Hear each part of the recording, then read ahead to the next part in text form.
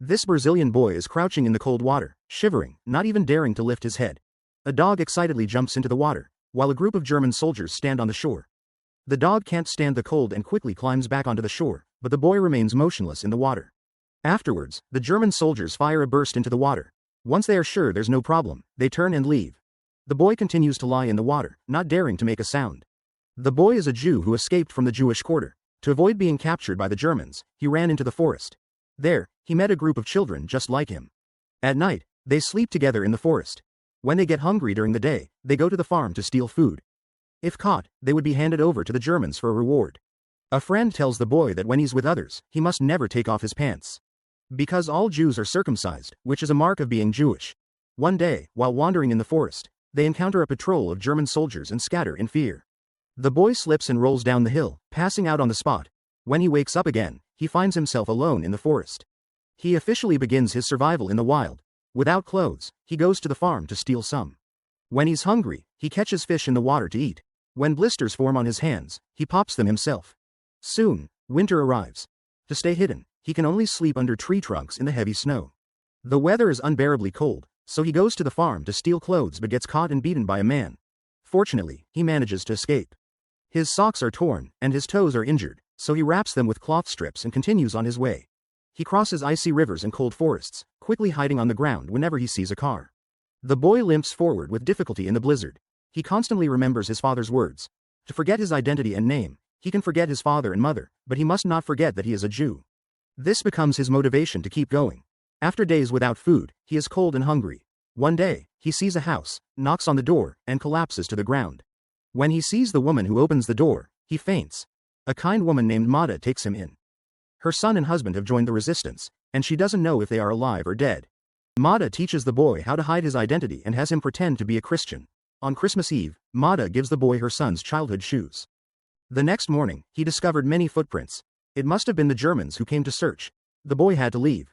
Mada gave the boy a cross. This could serve as a stepping stone, but still, someone harshly told him to get lost. A kind uncle invited him into the house. He settled down on this farm, working with them and playing with the children. That day, during a boys' race, someone recognized the boy as a Jew. The other party shouted that they must tell the Gestapo. To avoid being caught, the boy had to leave. Fortunately, this time he had a companion. After saying goodbye to the kind man, the stray dog he adopted returned with him to the forest. However, unexpectedly, tragedy struck soon after. Do you know how to simply distinguish if someone is Jewish? Just see if they have undergone circumcision. While the boy was participating in a men-only competition, someone recognized him as a Jew. To avoid being caught by the Germans, the boy had to leave with the dog. While resting in the forest, the dog heard a sound and ran out. Then, a clear gunshot rang out.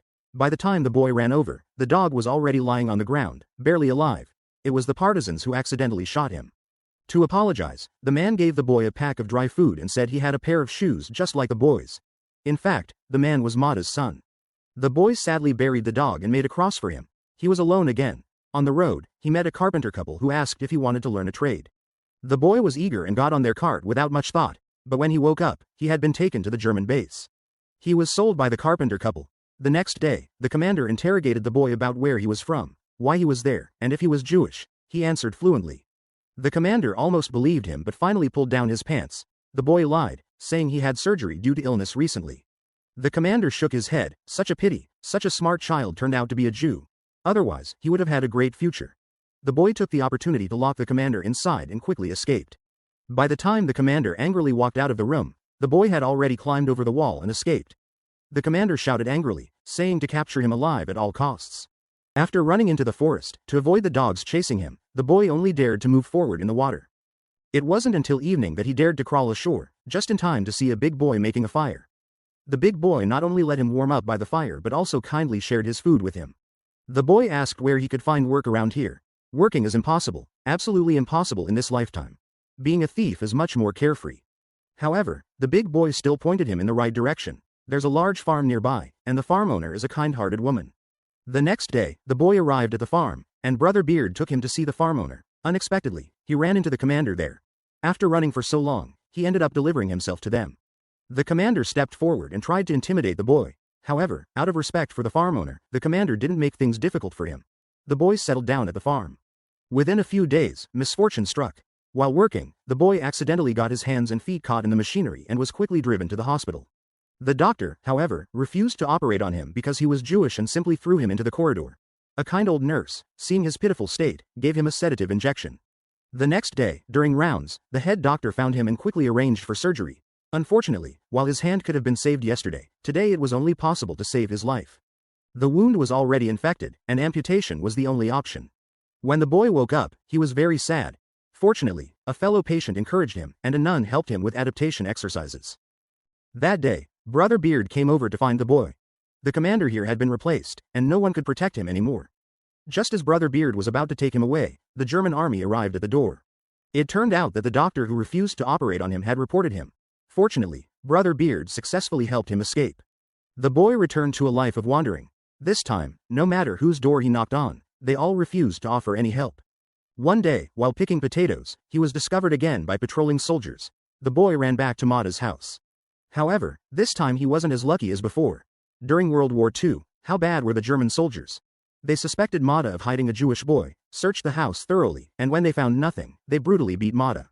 Not only did they set the entire village on fire, but they also took away all the livestock. After putting out the fire, Mada opened the floor of the basement, and sure enough, the boy was hiding there. Seeing the village burned beyond recognition, the boy felt very guilty. Mada told him not to blame himself. It was just an excuse for the Germans to loot. Mada told the boy to head east, as the Soviets were advancing from that direction. When he couldn't walk anymore, he should find a place to work. But he couldn't stay too long. The boy worked while telling stories about why he escaped and how he lost his arm, becoming more fluent as he spoke. In the end, he even claimed that Hitler cut off his arm, which made people sympathize with him and give him more food. Finally, he encountered the Soviet army, with many planes, tanks, and locomotives there. He met a girl named Alina, who happily took him home. The boy settled down there again, helping the girl's father with work and playing with the girl in his free time. They not only sang hymns at church but also took communion. He seemed to have forgotten his Jewish identity. In the spring of 1945, the war ended. A car arrived at the girl's house, and a man in a suit got out, claiming to be from the Warsaw Jewish orphanage and wanting to take the boy away. The girl's family was very surprised, and the boy refused to admit he was Jewish. If he wasn't Jewish, why not take off his pants and see? The boy feigned illness and claimed to have had surgery, but the man in the suit gave him no chance to argue and directly carried him into the car. He returned to his hometown, where he met old acquaintances. His home was still there, but his family was gone, and he didn't know if they were dead or alive. Looking at his father's bakery, the boy thought of his father. That day, they hid under a bridge while German soldiers were on it. His father told him, "You can forget your identity, your name, even your parents, but you must never forget you are Jewish." To protect the boy, his father rushed out, telling him to run in the opposite direction. Hearing gunshots behind him, the boy had no time to grieve and could only run forward desperately. Thinking of this, the boy broke down and cried. Neighbors hurried over to comfort him. The man in the suit took him to a crossroads, with the Warsaw Jewish orphanage to the right and the Soviet girls' home to the left. The boy ultimately chose to go right. In the blink of an eye, decades passed. The boy had become an old man, working as a guard by the sea.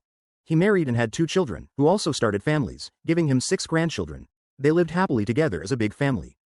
The movie, The Wandering Srulik, ends here. Through the escape life of an 8-year-old boy, the film tells the pain that war brings to people. The boy's strength and courage are worth learning from. Alright, if you want to see more good movies, please follow me. Bye bye. Yeah.